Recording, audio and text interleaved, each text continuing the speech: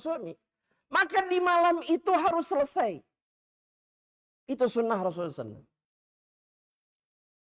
Perempuan penghuni surga itu kata Nabi Muhammad SAW. Ya, dalam satu riwayat itu disebutkan. Yang kalau dia marah. Atau suaminya marah kepadanya. Atau dia disakiti misalkan. Ya, merasa tersakiti dan seterusnya. Tapi di malam hari sebelum tidur. Dia akan mengatakan kepada suaminya. Lam aghmid bi ghamdin hatta tardo. Saya nggak akan memejamkan mata saya ini malam ini. Sampai engkau ridho dulu kepada diri.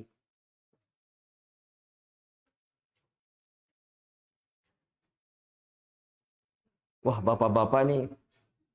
Kayak mendengar sesuatu yang, wah. Ayak gitu, nukil gitu. Ayak jawabannya. Masih banyak istri-istri solehah itu. Masih banyak.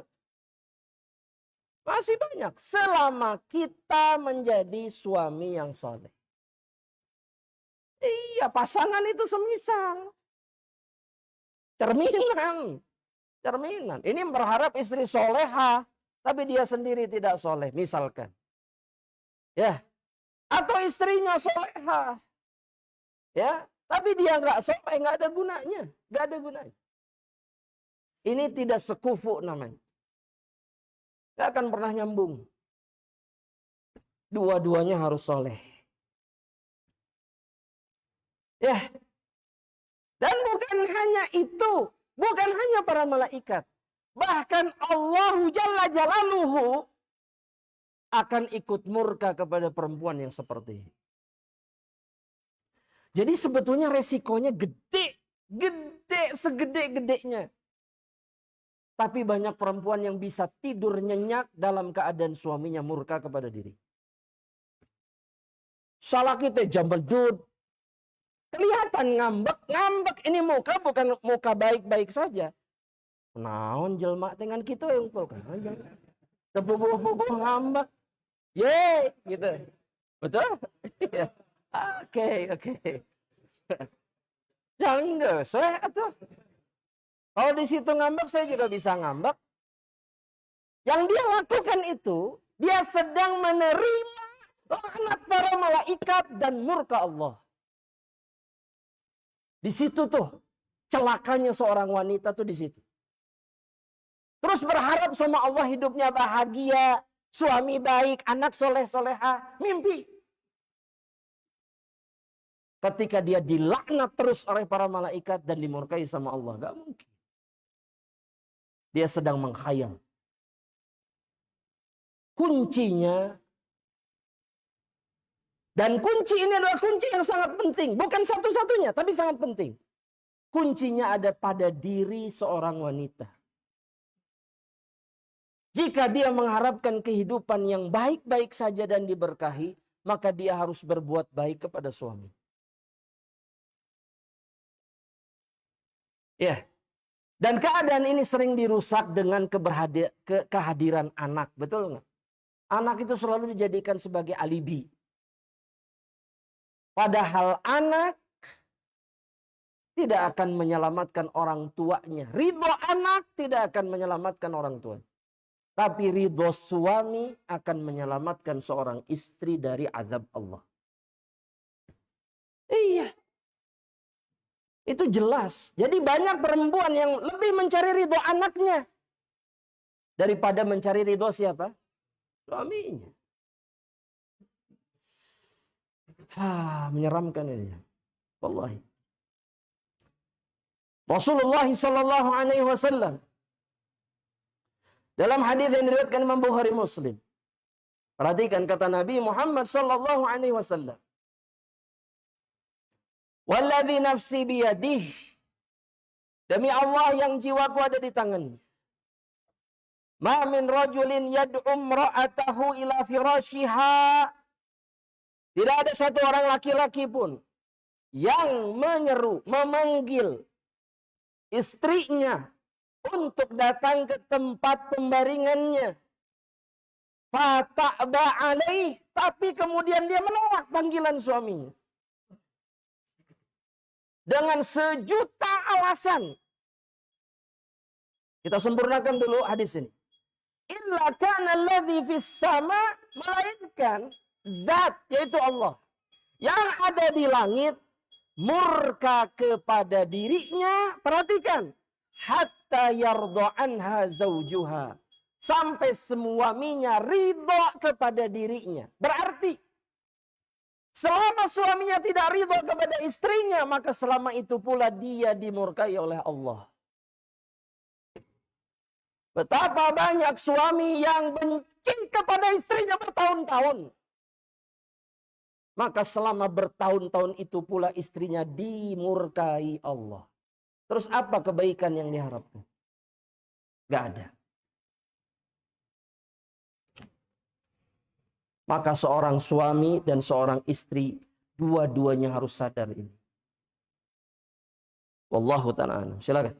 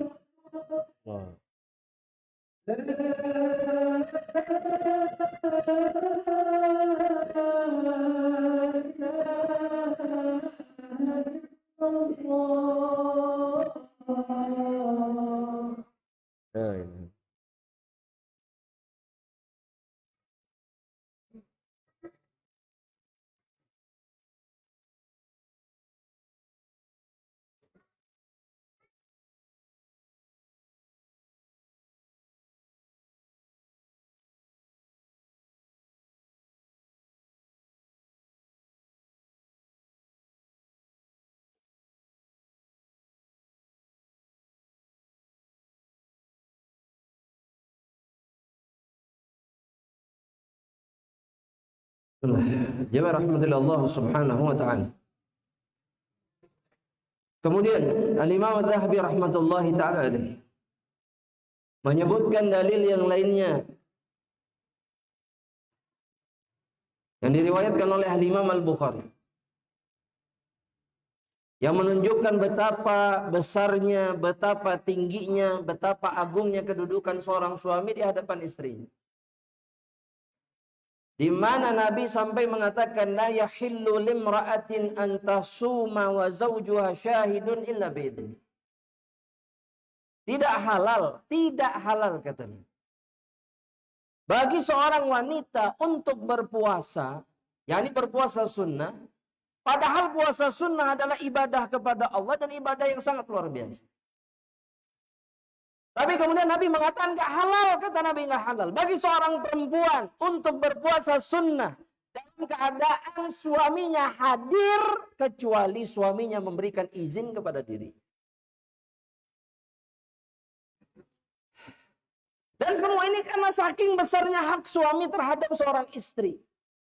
Kalau seorang istri sedang berpuasa sunnah, kemudian suami mengatakan batalkan, maka batalkan puasanya.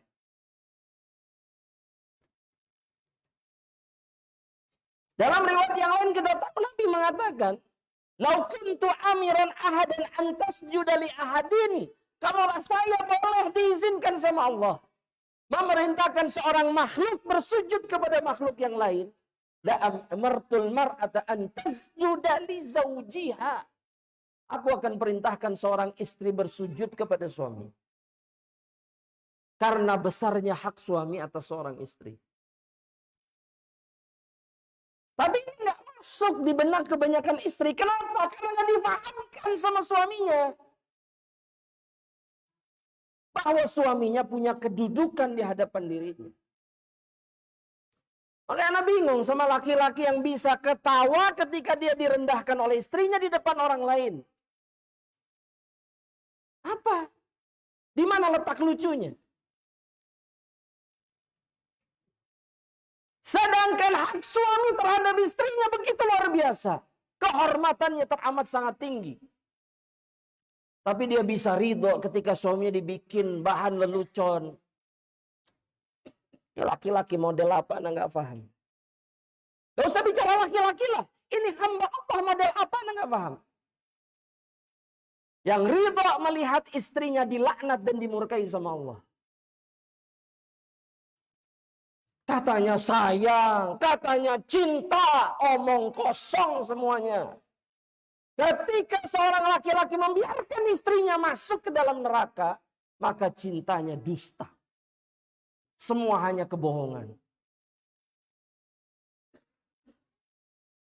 Kalau memang sayang, selamatkan. Luruskan kesalahannya. Dengan cara yang ma'ruf. Ya, kenapa nggak mau meluruskan? Takut ribut. Mending ribut daripada dilaknat sama Allah. Aneh. Ribut itu sebentar, habis itu baikan. Ini kalau ngadepin ribut sama istri kayak perang Badar. Wallahi.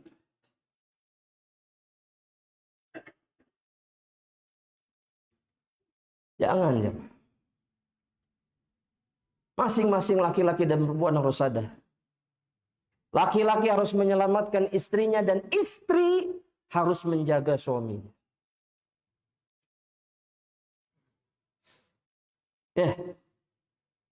Jemaah.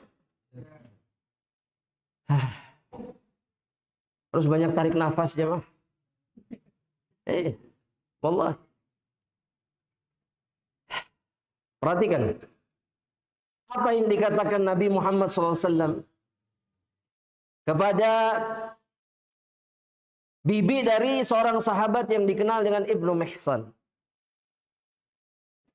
Nabi bertanya begini, ada dalam kitabnya. Diriwayatkan Imam Nasai dan yang lainnya. Adzatu zaujin anti, ditanya. Ketemu sama Nabi, ditanya sama Nabi. Kamu punya suami nggak? Punya. Kata bibinya Ibnu Mihsan. Saya punya suami. Saya perempuan bersuami. Maka wasiat Nabi kepada perempuan atau sahabiah ini apa? Perhatikan. Camkan ini, camkan. Camkan ini jangan pernah dikeluarkan dari dalam dada. Jangan. Sampai mati, wahai para istri, wahai saudari muslimah. Camkan ini baik-baik. Kata Nabi, unduri aina anti minhu. Perhatikan kedudukanmu dari suamimu. Apa maksudnya? Apakah engkau istri yang baik-baik atau justru istri yang dimurkai oleh suamimu? Kenapa? Fa innahu jannatuki wa naruki. Karena suamimu itu bisa jadi surgamu dan sebaliknya. Dia pun bisa jadi nerakamu. Seberat itu kedudukan suami di hadapan seorang istri. Jadi kalaulah ini nasihat dari seorang hamba Allah. Kalaulah engkau harus memendam egomu, perasaanmu, hawa nafsumu. Dan kemudian engkau sakit gara-gara itu demi ridho suamimu. Lakukan, lakukan. Karena itu hanya akan jadi surgamu. Ini nasihat dari seorang hamba Allah. Lakukan. Meskipun harus sakit, sedikit lakukan karena jadi surga. Dan Allah nggak mungkin mencampakkan wanita yang seperti ini, nggak mungkin. Ya, mungkin nggak Allah kemudian membiarkan dia sengsara, menderita, hidupnya nggak baik-baik saja, nggak mungkin. Karena dia sedang mencari ridho Allah dengan mencari ridho suaminya. Sudah. Ini dalam perkara yang dicintai sama Allah. Kalau perkaranya dibenci sama Allah, memang nggak perlu wajib. Tapi nggak perlu menyakiti suami. Sebagian perempuan itu kalau lihat suaminya melakukan kemungkaran, kayak punya kesempatan untuk menghabisi suaminya. Nah, iya ya. Anak pengajian kamari teh mana pas pisan jeung iya ya kelakuan anak. Iya nak ya. Iya. Abi, tadi Abi. Tinggal di catatan Umi ya. Iya benar, benar. Dan itu tuh yang cerita suami. Antum bisa bayangkan. Ya, cerita. Anak diperlakukan seperti itu katanya. Kayak anak ini manusia paling bodoh. Kayak orang nggak tahu apapun. Nggak gitu caranya. Tahu kan Ummu Sulaim? Apa yang dilakukan Ummu Sulaim sama Abu Thalhah kan tahu kan? Apa? Ummu Sulaim itu kehilangan anak. Mati di dalam rumahnya. Diurus sendiri sama dia. Disimpan di kamar. Dan suaminya sama sekali nggak dikasih tahu. Ini bukan jahat. Kenapa? Karena dia tidak mau menggusarkan perasaan suaminya. Datang disambut. Seperti tidak ada apa-apa. Dilayani semaksimal mungkin. Semuanya. Baru dikabarkan bahwa salah satu putranya meninggal. Demi apa itu? Demi ridho Allah. Dengan mencari ridho suami. Bisa, kok bisa. Abu Talha nggak terima. Kenapa nggak dikasih tahu? Diadukan kepada Rasulullah. Justru yang dibela Ummu Sulaim. Didoakan oleh Nabi. Barakallahu fi ghabiri lailatikuma. Semoga Allah memberkahi apa yang kalian lakukan tadi malam. Dan mereka diberikan 10 keturunan yang soleh-soleh.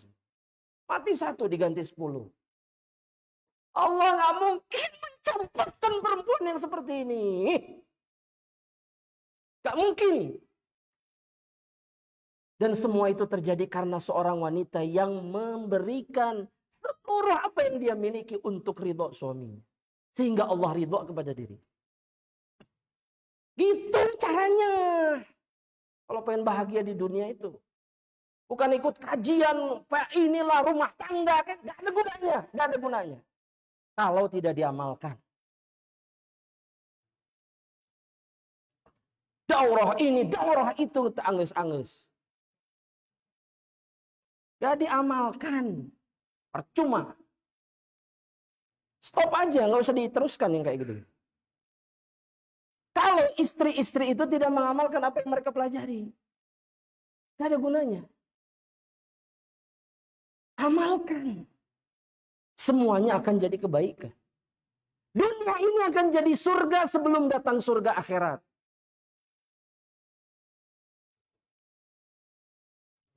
Kasih pelang gede-gede itu kalau ada orang gitu. Amalkan apa yang anti pelajari hari ini. Pasang tak gede-gede. Sama, laki-laki juga sama. Amalkan apa yang antum pelajari hari ini. Daurah suami ideal. Hah? Ideal. Ideal itu sampai diamalkan. Kalau cuma di catatan, ini hanya akan jadi sampah di rumah antum. Itu buktinya kan. Catatan-catatan kajian antum tuh cuma jadi sampah yang antum simpan di lemari. Dibaca enggak, dimorojaah enggak, diamalkan juga tidak.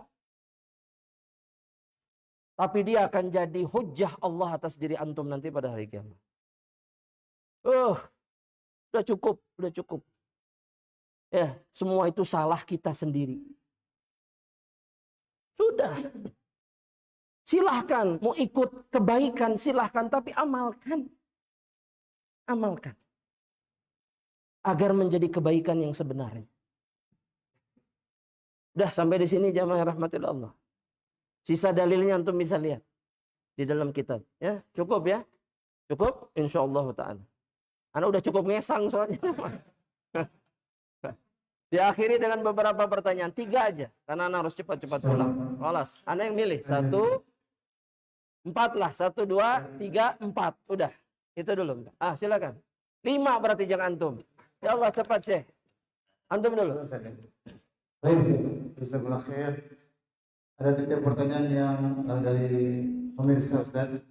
Ustaz, apakah jatuh talak seorang laki-laki yang apabila bertengkar sering mengatakan talak?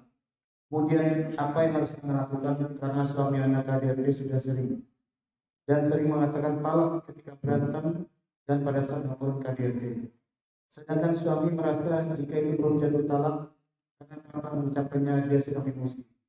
Yang anak tulis ini titipan dari seorang akhwat yang suaminya seorang ustaz atau guru ngaji, muridnya lumayan banyak. Nah, karena istri anak mengenal dekat dengan akhwatnya, apakah tidak kenapa saya enggan mengambil ilmu terhadap ustaz yang KDRT ini? Udah kita urusi masalah talaknya saja. Ya, kita urusi masalah talak. Talak itu kata Nabi Muhammad SAW, ya, jidduhunna jid, wa hazluhunna jid. Di antara 3 perkara yang sungguh-sungguhnya itu dihukumi sebagai kesungguhan dan bercandanya dihukumi sebagai kesungguhan. Talak salah satunya. Ya, dan laki-laki yang emosi setiap kali emosi mengucapkan talak, ini bukan laki-laki yang tergelapkan oleh emosinya, bukan. Dan ini dikritisi oleh para ulama. Sehingga yang lebih hati-hati pergi ke pengadilan dan adukan perkara ini. Bahwa suami saya adalah laki-laki yang selalu mengucapkan talak kalau marah atau kalau melakukan kekerasan sama saya. Kamu saya talak, terus. Ini terjadi. Ada satu orang yang anak kenal, itu sebelum atau panjang sekali waktunya di mana dia kalau setiap kali marah pasti ngomong cerai. Pokoknya sedikit cerai. Tapi dia kemudian hidup lama dengan istrinya. Ketika diadukan ke pengadilan, setelah dua-duanya faham, dua-duanya belajar, kata pengadilan, kalian sudah bukan suami istri lagi. Antum bisa bayangkan. Ketika seorang laki-laki mulutnya itu begitu mudahnya mengucapkan kalimat talak. Karena kuasanya ada di tangannya. Dan ini bisa jadi isyarat dia tidak takut sama Allah. Iyalah. Dengan mudahnya dia mengucapkan kalimat talak. Betul, kadang-kadang laki-laki nggak kuat. Tapi kalimat ini bukan jawabannya. Gak akan pernah menyelesaikan masalah, gak akan. Gak akan. Tahan dulu, selesaikan dulu. Jangan dikatakan. Dan ketika dipancing-pancing sama perempuan, jangan kepancing. Antum laki-laki. Ada apa dipancing-pancing terus kebawa emosi? Bukan laki-laki nih. Tahan. Antum akalnya lebih sempurna. Antum jiwanya jauh lebih kuat. Kenapa jadi kalah sama perempuan? Tahan. Enggak.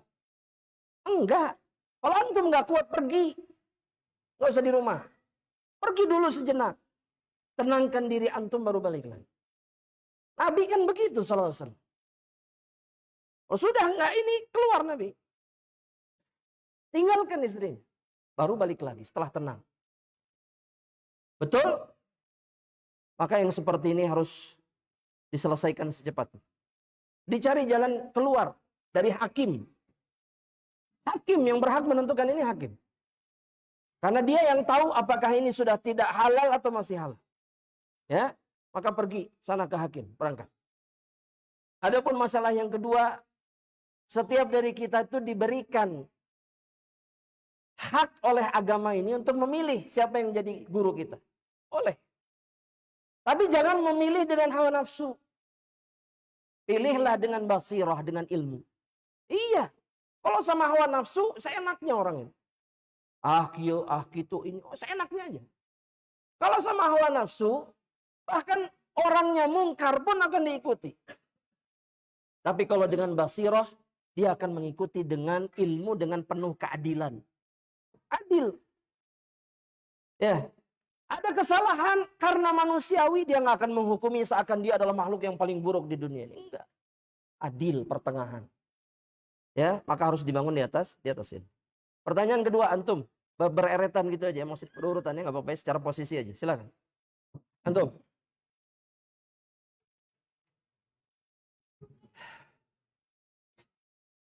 Bismillahirrahmanirrahim. Assalamualaikum warahmatullahi wabarakatuh. Waalaikumsalam warahmatullahi wabarakatuh. Silakan. Amin ya Rabb. Fadhal. Ustaz, karena bahwa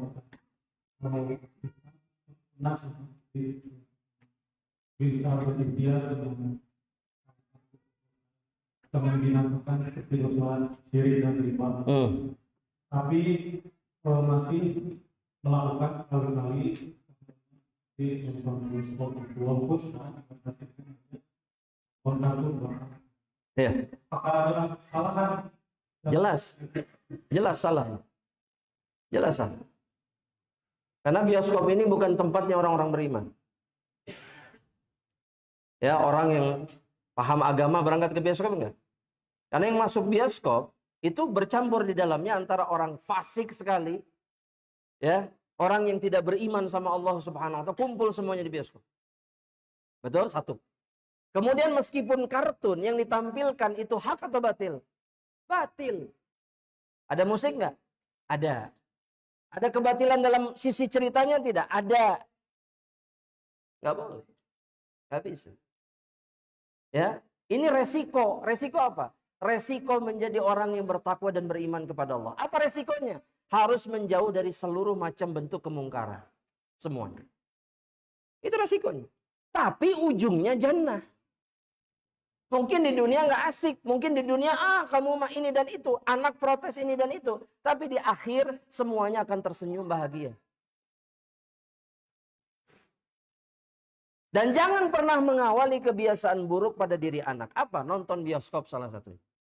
Karena itu akan diingat terus sampai dia dewasa. Oh, dulu saya pernah nonton bioskop. Ketika dia dewasa, mungkin gak dia mengulangi kesalahan yang sama? Mungkin. Dulu aja waktu kecil saya diajak.